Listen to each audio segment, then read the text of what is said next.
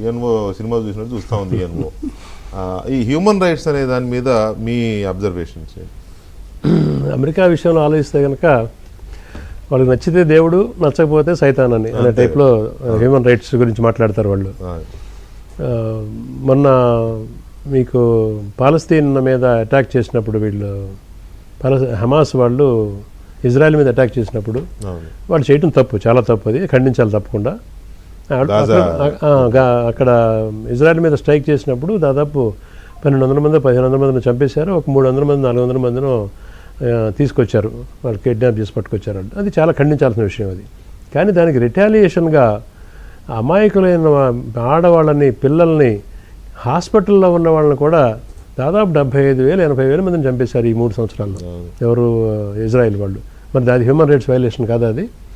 అట్లాగే ఇప్పుడు మీ Gulf countries ఉన్నాయి, ఫర్ ఎగ్జాంపుల్ ఈ సౌదీ అవనివ్వండి, ఇంకా వేరే గల్ఫ్ కంట్రీస్ అవనివ్వండి, అక్కడ ఎక్కడా కూడా ప్రజాస్వామ్య ప్రభుత్వాలు కాదు అవన్నీ.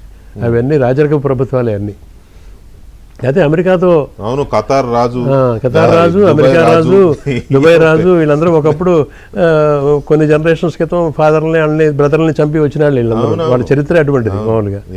అటువంటిది అక్కడ ఏదైనా తప్పు చేస్తే కనుక క్యాపిటల్ పనిష్మెంట్ అని బహిరంగంగా ఉరిదీయటం, అవన్నీ మరి హ్యూమన్ రైట్ వైలేషన్స్ కింద కనపడాలి వాళ్ళకి. మరి అట్లాగే పాకిస్తాన్ ఉంది, పాకిస్తాన్లో హ్యూమన్ రైట్స్ వైలేషన్స్ అమెరికా కనపడట్లేదా? అట్లాగే బంగ్లాదేశ్, ఈ మధ్యకాలంలో చూసాం బంగ్లాదేశ్లో ఏ విధంగా జరుగుతుంది అనేది. హిందువులను చంపుతున్నారు అక్కడ, మరి అది హ్యూమన్ రైట్స్ వైలేషన్ కాదా? అసలు అప్పుడప్పుడు మనకి చాలా ఆశ్చర్యకరమైన విషయం ఏంటంటే, ఇండియా లాంటి దేశంలో కసాబ్ అనే తీవ్రవాది వాళ్ళంతా వచ్చి ఉగ్రవాది వాడు వచ్చి 100 మందిని చంపితే చివరికి అతన్ని జైల్లో పెట్టి దాదాపు కొన్ని సంవత్సరాల పాటు పోషించి బిర్యానీలు తినిపించి మన వాళ్ళందరూ చేసి చివరికి అతనికి ఉరి తీశారు. అదే వేరే అలాంటి కంట్రీని కూడా అప్పుడప్పుడు హ్యూమన్ రైట్ వైలేషన్స్ జరుగుతున్నాయి ఇండియాలో అని చెప్పేసి అమెరికా విమర్శించడం అనేది హాస్యాస్పదం. అది ఒక రకంగా చెప్పాలంటే. సో అందువల్ల హ్యూమన్ రైట్స్ వైలేషన్ అనేది అసలు వారు, ఇందాక ఆవిడ మేడం చెప్పినట్టు, వారు యుద్ధం జరగడం అనేది మానవాళికి ముప్పండి. అది దాంట్లో ఎక్కువగా చనిపోయేది అమాయకులు, ఇబ్బందులు పడేది అమాయకులు, కాళ్ళు పోతాయి, కొంతమంది చేతులు పోతాయి, కొంతమంది ప్రాణాలు పోతాయి. సో ఎక్కువ నష్టపోయేది అమాయక ప్రజలే బేసికల్లీ. సో అందువల్ల హ్యూమన్ రైట్స్ వైలేషన్స్ అనేది any war will lead to human right violations only.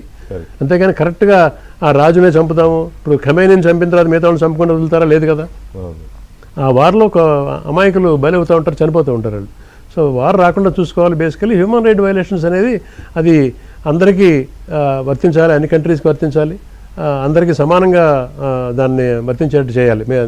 అభివృద్ధి చెందిన దేశాలు కూడా హ్యూమన్ రైట్ వైలేషన్స్ అనేది ఒక న్యూట్రల్గా ఒక స్టాండ్ తీసుకుని ఆలోచించాలి. కానీ వన్ సైడెడ్గా ఆలోచించుకుని ఆ కంట్రీలో నాకు నచ్చిన కంట్రీలో ఏదైనా హ్యూమన్ రైట్ వైలేషన్స్ కాదు, నాకు నచ్చని కంట్రీలో ఏదైనా హ్యూమన్ రైట్ వైలేషన్స్ అంటే అనేది అన్యాయం. అది సుజనా గారు, అమెరికా సార్ అన్నట్టు అమెరికా ఇప్పుడు